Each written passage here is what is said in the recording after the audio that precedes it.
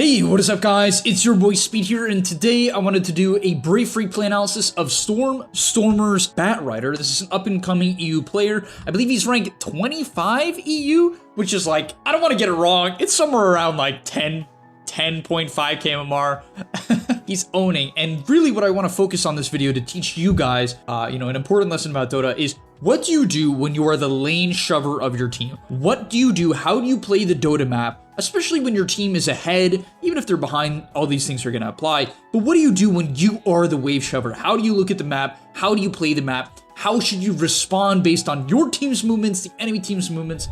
And let's get into it. By the way, guys, if you want to become absolutely broken, well, what you need to do is sign up to the gameleap website down below right now. The reason why you should do that is because every single day we post a new video there.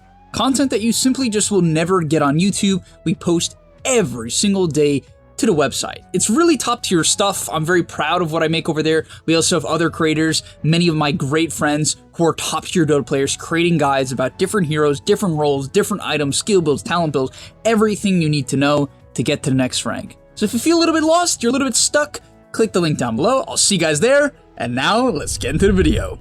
Alright, so this first clip here really shows a level of excellence to me. This is the type of thing that I can always appreciate. It's something I've been trying to incorporate into my own gameplay and teach a lot of my coaching students as well. And it's really the ability to essentially not be wrapped up in fights, and this is incredibly difficult. The reason why it's incredibly difficult is we're going to look at this clip here, okay? His team is getting gone on. They go high ground, Morphling buys back. A situation comes up where the Razor is isolated. I'll quickly shift over to the Razor. So he pushes up into the top wave, probably a little bit too far. His team like hardcore disengages and tries to prioritize December. Not a proper retreat. They kind of separate. Razor gets gone on, dropped low, and put into a very odd position. You can see this is obviously horrible. Yes, they do have an IO to heal him, but IO had already tethered away and was not putting his focus on the Razor. And so this ends up being a really bad fight. The first thing that really shows me excellence here that you guys need to incorporate into your own gameplay is literally just the fact that he is able to quickly identify, oh, this is shit, right? So he goes on this Ember, tries to kill him, and as I said, quickly identifies this is shit. I don't know if he made the call or if someone said it, or if he literally was just able to recognize, which is the skill you need to develop in pubs. He just recognizes my Razor's dead. That is my main hero, right? That is my carry. He's out of the fight. The enemy team is all still alive, right? Morphling is not low. Spirit Breaker is not low. I need to get out. Right? There's no turn potential. And that's exactly what he does. But look what he does. Does he go back to base? Does he jungle? No, instantly, without hesitation, gets to the top wave. Crucial in this game. Because if you don't do it instantly, in this game in particular, I'll talk about this more from like a general perspective, but if you don't do it in this game in particular, when they have a Spirit Breaker and an Ember Spirit, you will get caught, particularly Spirit Breaker. You will get caught. He has to do this instantly. Clears it. Spirit Breaker's still distracted with the team fight. Gets the wave out, right? Gonna look to get some farm, right? Just work towards his level 25 talent. Very nice. Just, some basic farming, but instantly gets this wave out up to the top lane, preventing a potential top push and just setting up for a situation where he can get a little bit of farm in the meantime. After that, as he goes back to base, I want you guys to really take a look at his player perspective. This is going to give you a lot of insight into what he's thinking, and let's break it down. So, as you can see, he goes to the top wave. He's like, oh, okay, Ember's pushing it out. I have to be careful. Once again, he's against Spirit Breaker, so if he wasn't, honestly, there's a good chance he TP's top and just kind of clears this and ignores the circumstance. Ember can't kill him. He can't. He can bully Ember, honestly, because Ember doesn't have a dispel for sticky napalm, so he can bully the Ember. But once again, Spirit Breaker factor. Okay, unfortunately, this hero is just annoying. But the big thing to consider, right, is the fact that he can't go top. Okay, so what does he do next? He looks at the Grim. He's like, all right, I don't know what Grim's doing. Spirit Breaker's bottom.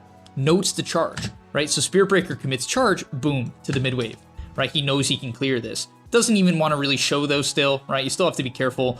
At the end of the day, it's a Spirit Breaker. This is a 7-second cooldown.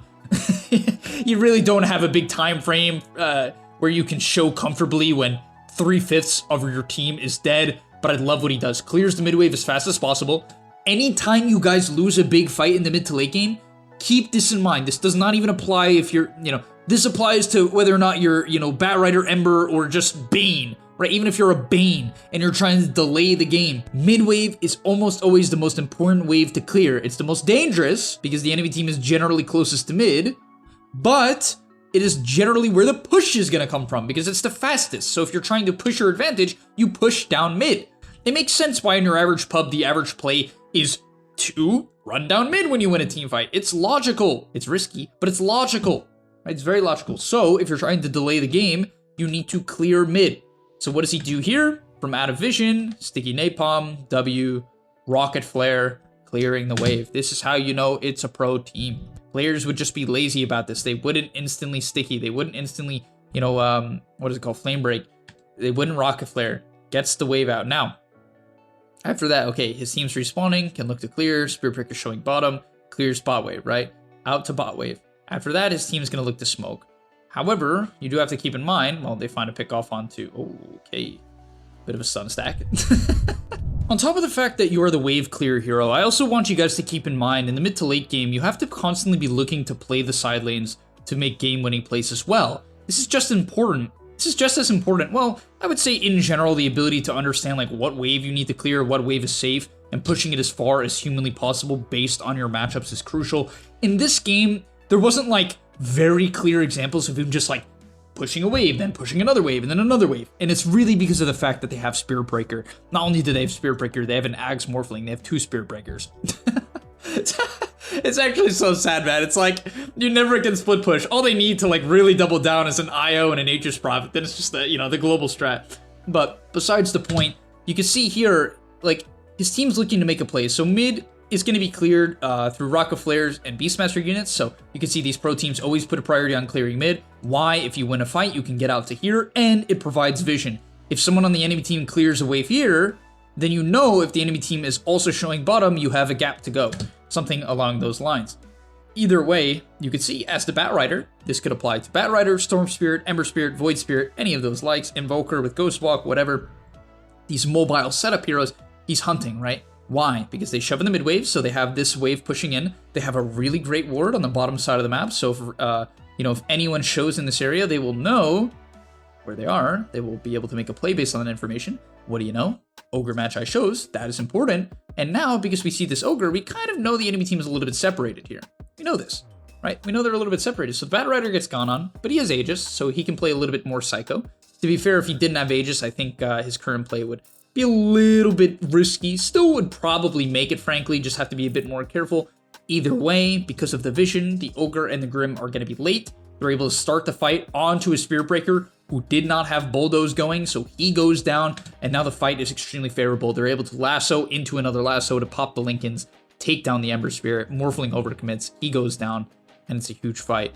And so basically, most players just don't have the confidence to set up. I want to once again look at this fight, just because it's really important, guys. Look at the build-up. You have to keep in mind, he's trying to predict the Spirit Breaker movement. He even sees the Morphling bottom, but he, even just with the Hawk Vision, sees the Spirit Breaker. So he's just playing around the trees, being really sneaky. But most players, they just sit with their team. Guys, you're never going to make big plays. You're never going to be the most farmed hero in the game, or one of the most farmed heroes in the game consistently at a high level, okay? Maybe in your 2K pubs, it's like, Speed, I'm always top net worth and I don't gain MMR. I don't know why. It's like, bruh, no one farms, right? Like, people only have net worth because they have like an 8 kill streak, right? On like noobs, you know? And no one shoves in the lanes, but you can see here, he's sneaking around the trees, kind of baits. Takes a while for them to go on him. Imagine if he just showed on the creep wave this time. They probably could have bursted him from full, taken out his Aegis at the least. You can see they obviously don't really want to overcommit on his Aegis. That's why they backed off so confidently or quickly. But yeah, just wanted you guys to see this. Keep this in mind. Be more confident in the side lanes. Gotta be fast, quick, and explosive with your side lane movements if you want to get even relatively close to high MMR. I've even noticed this as I've gotten to 9K now. I really do believe one of my best qualities as a player is my consistent awareness of the state of the waves. I'm unbelievably aware in almost all scenarios of where are the waves and how does it impact the game.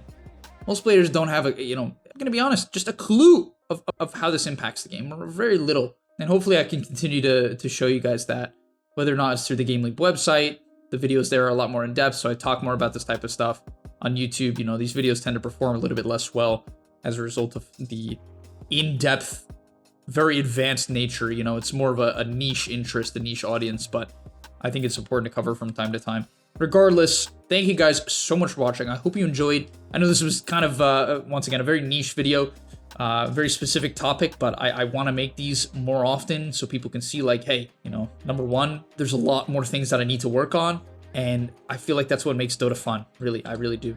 But all right, thank you guys so much for watching. I'll see you in the next one, and I'm out. Peace. And that's all, but remember, before you leave, come on, before you tune out, subscribe to the gameleap website where we are going to help you get to the next rank. If you're stuck, click the link down below, and I'm out. Peace.